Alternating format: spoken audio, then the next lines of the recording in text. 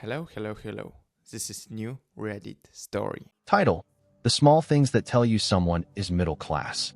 So, I've been thinking about this a lot lately, and it might be a bit of a strange observation, but it's one I think some people might relate to, especially if you've grown up poor and are now spending time around middle class people. I'm not sure how to explain it exactly, but there's a lot of little things that middle class people don't even realize make them stand out. I'm not talking about huge stuff like, oh, they have a big house, or they drive a nice car. It's more about the small, subtle things that are just so very middle class that poor people notice immediately, but middle class people have no idea are even a thing. The couch. This might sound odd, but middle class people always have a sofa that just looks like it was purchased at a chain store. You know, like a comfy, solid-looking couch that doesn't exactly scream luxury, but definitely isn't a ratty hand-me-down. The cushions are just a bit too soft. It's not that it's uncomfortable, but the lack of age, the lack of wear on it, makes it feel new, in a way that feels different from the couches I grew up with. Growing up poor, I remember that every single couch I sat on had a history. Whether it was from a thrift store or someone's old couch passed down through generations, it had a lived-in feel to it. The fabric wasn't pristine, and the cushions had a little too much sag. Or maybe it had an old blanket or throw on it to cover up stains. But it felt like home, it felt real. In middle-class houses, the couch is always pristine, like something from a catalog. There are no stains, no worn patches, and the cushions never dip or sag, no matter how much time you spend lounging. They might not even realize how perfect their couches are, but poor people, especially those who've grown up with used furniture, notice it right away. The kitchenware. Middle-class kitchens always have the right kind of utensils. I mean, there are always matching sets of glasses and bowls and plates, right? The kind where it's not a hodgepodge of different hand-me-down items that somehow became a mismatched set. Their silverware doesn't have weird dents, and their glasses don't have those weird watermarks that you can never get rid of. As a kid, I remember a time when we used to have cups from fast food places or promotional items that were just, well, practical. They got the job done, but they weren't nice in the way middle-class people's glassware seems to be. There was always something about the middle-class kitchenware that looked like they had money to spare. Matching plates, all the same type of Tupperware, even the right kind of measuring cups. I'll never forget the first time I noticed it in a middle-class house. Their Tupperware wasn't all different brands. It was a set. The bathroom accessories. The way people decorate their bathrooms is another small giveaway. There's this subtle middle-class bathroom vibe that poor people pick up on instantly, but doesn't occur to middle-class people. I've noticed that middle-class people have soap dishes.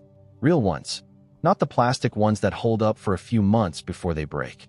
They also have those little soap dispensers that look like they were bought as a set to match the bathroom. Even the hand towels. They're soft, fluffy, and color-coordinated, usually hanging neatly on the rack. Not that old towel you grabbed from the back of the closet and still use to dry your hands. Poor people don't get hand towels that match. They get whatever was on sale, or they use old towels until they're threadbare. The fancy soap dispensers? Nope. If we had soap in the bathroom, it was often just a bar of soap on the edge of the sink, sometimes wrapped in old plastic. The air fresheners and candles. This one is a big one for me. Middle-class people are obsessed with scent. I'm not saying that's a bad thing, but the sheer amount of air fresheners and candles they have around their house can be a bit, well, obvious. They might have those fancy candles that are supposed to smell like lavender or pumpkin spice or vanilla bean, and they light them when people are coming over or during the holidays. Or they have those little air fresheners plugged into the wall, giving off that ever so faint smell of something clean. In poor homes, if we had any air fresheners at all, it was usually one of those cheap, aerosol ones that you spray in the air when someone's coming over. And candles? Forget it. If we had candles, they were probably from a birthday party, and the smell of the wax wasn't exactly something you'd want to sniff all day. The laundry room. I don't know how to explain this, but middle-class people seem to always have laundry rooms. Like, actual, dedicated spaces for doing laundry. It's not just the corner of the kitchen with a washer and dryer crammed next to a cluttered shelf. They have space. Some even have these nice little shelves to keep everything organized. Laundry detergent, fabric softener, dryer sheets. All neatly arranged. In my poor household, laundry was done wherever we could fit the washer. There was no space for it to be neatly organized. If we even had a laundry room, it was tiny, and the detergent was always just sitting out on the floor or the counter, next to a pile of clothes that might have stayed there longer than we'd like to admit. The lawn care. Lastly, let's talk about yards. In middle-class homes, the lawn is always mowed, always green, and always just perfect. Even if it's a small yard, there's this subtle pride in it being well-maintained. There's something about it that just screams, I can afford this upkeep. I grew up in apartments or homes where lawns were either neglected or small. Even if we had a yard, it wasn't perfectly manicured. The grass was often a little overgrown, and we didn't always have the money to spend on lawn care products. I remember the first time I noticed the immaculate lawns in middle-class neighborhoods. It was like there was a secret code to keeping up appearances, and the lawn was one of the most important pieces. Conclusion. I'm not saying these things are bad or that middle-class people are out of touch with reality, but there's something about these small, seemingly insignificant details that give them away. And it's not like they're trying to show off. They just don't even realize these things are part of their day-to-day lives. They've had these things for so long that they don't even notice how they mark them as middle class in a way that's very different from how poor people live. Growing up poor, I always noticed these small things. I noticed the way middle-class people's couches were perfect, the way their dishes matched, the way their bathrooms smelled like candles. It wasn't that I wanted those things, but there was a clear distinction in how people lived, and it made me realize just how different life could be when you had a bit more financial stability. It's these tiny details, the ones you wouldn't think twice about, that are a big deal when you're trying to make sense of the world and where you fit in. The wardrobe. This one is something I've noticed over the years as well. Middle-class people tend to have a uniform of sorts when it comes to clothing.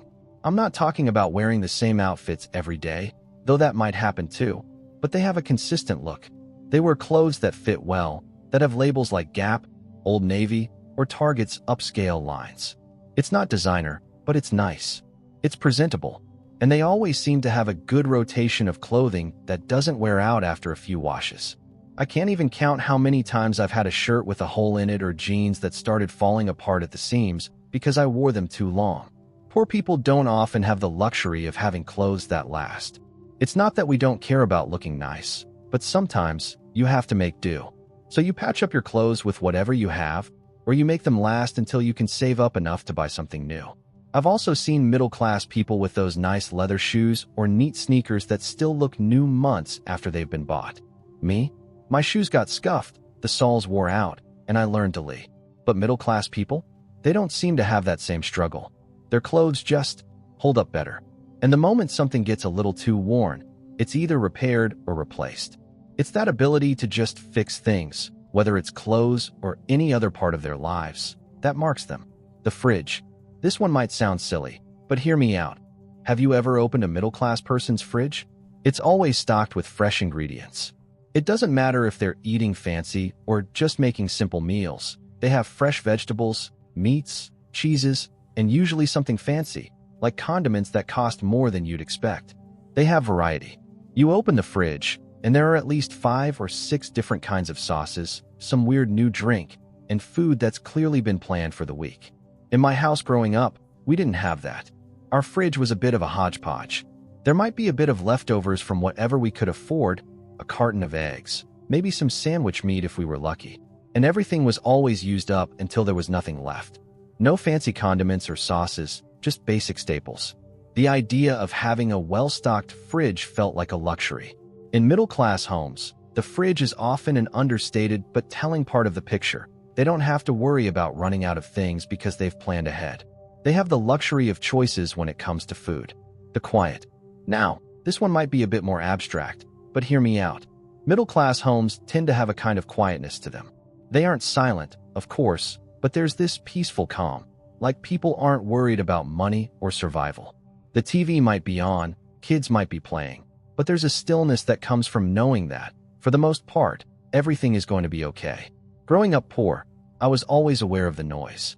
Not just the sound of my family arguing about bills or my parents working extra shifts, but the tension in the air. It's hard to explain, but the constant worry about where the next meal would come from or how the rent would be paid created a kind of noise, even when things were quiet. That stress was present in the way we spoke, in the way we moved, in the way we sat at the kitchen table. It's that kind of unspoken pressure that poor people often carry, and it doesn't go away. Middle-class families, on the other hand, have a certain peace to them. It's not that their lives are perfect, but there's an assumption that things are manageable. That feeling of stability is something I could never put my finger on until I was older. It's something poor people notice immediately because it's something we don't have. The kid stuff. There's another small detail I've noticed in middle-class homes that just stands out: the kid stuff. Now, hear me out. I'm not just talking about toys or games. It's about how everything is neatly organized. The kids' room? Toys are put away in labeled bins. Schoolwork is neatly arranged in folders. There's no chaos. The kids might play, sure, but the toys are organized in a way that feels curated. In poor households, things aren't always so organized.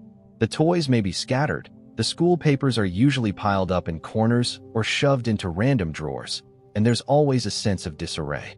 It's not that we didn't care about keeping things neat. It's just that there were always other, more pressing issues that required our attention. Maybe it's a parent working 2 jobs, or the fact that you couldn't afford fancy organizers or shelves to keep the stuff in one place. But in middle-class houses, there's this constant sense of order.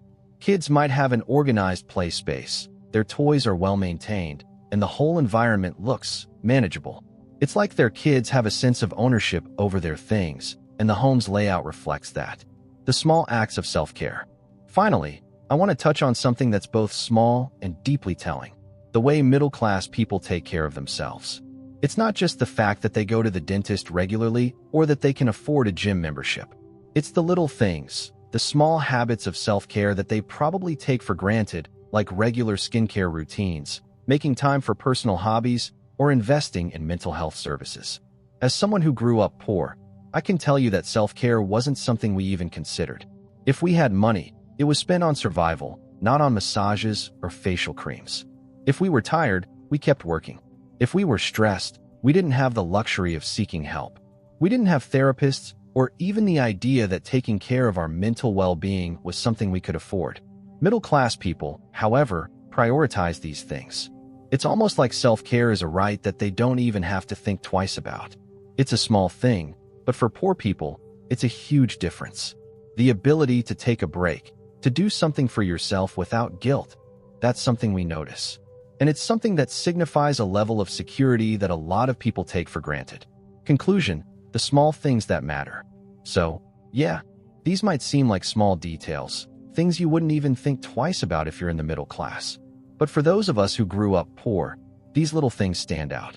They mark you as someone who has a certain level of privilege, whether it's financial security, time, or just a general sense of stability. Middle-class people don't notice it because they live in it. It's just their reality. But to those of us who've had to scrape by, it's not just about the big things, like a nice car or a house. It's about the little things that tell the story of what life is like when you're not constantly fighting to stay afloat. And maybe, just maybe, if we all paid a little more attention to those small things, we'd understand each other a bit better. We'd realize that those small markers of privilege aren't always intentional, but are still noticeable. And, hopefully, they'd inspire us to be more mindful of how we navigate the world, knowing that we all come from different places with different struggles.